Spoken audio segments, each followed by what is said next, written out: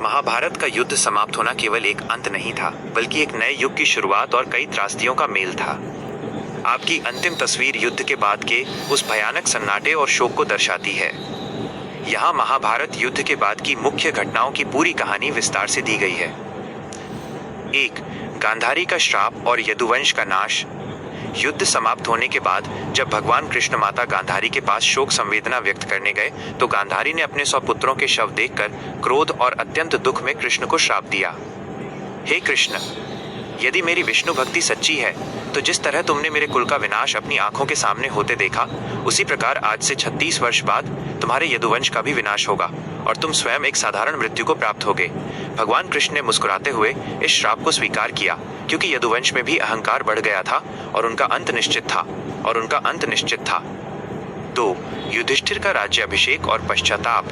पांडवों की जीत तो हुई, लेकिन उनके पास खुश होने के लिए कुछ नहीं बचा था। युधिष्ठिर हस्तिनापुर के राजा बने। जब उन्हें पता चला कि कर्ण उनके बड़े भाई थे तो उन्हें बहुत आत्मग्लानि हुई।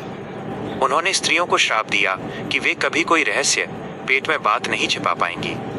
पांडवों ने 36 वर्षों तक धर्मपूर्वक शासन किया। 3. कृष्ण का देह त्याग, मौसुल पर्व।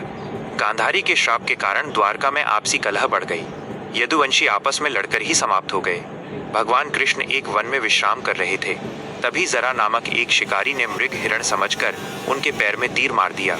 इसी बहाने भगवान ने अपनी लीला समाप्त की और वैकुंठ धाम चले गए। उनके जाते ही समुद्र ने द्वारका नगरी को डुबो दिया। 4. पांडवों का महाप्रस्थान, हिमालय की यात्रा। जब अर्जुन ने युधिष्ठिर को कृष्ण के जाने का समाचार दिया तो पांडवों ने तय किया कि अब उनके लिए भी इस संसार में रहने का कोई औचित्य नहीं है। उन्होंने अपना सारा राजपाट अर्जुन के पौत्र परीक्षित को सौंप दिया।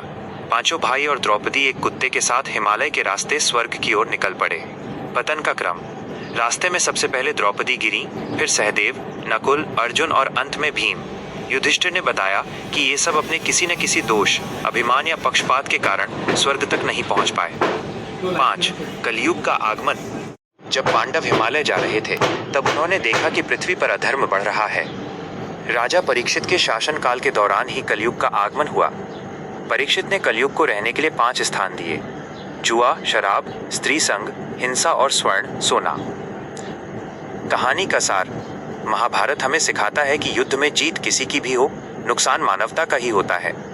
भगवान कृष्ण ने युद्ध के माध्यम से अधर्म का नाश तो किया, लेकिन अंत में यह भी दिखाया कि कर्मों का फल, जैसे गांधारी का श्राप, स्वयं भगवान को भी भुगतना पड़ता है। आपकी तस्वीर में जो श्री कृष्ण का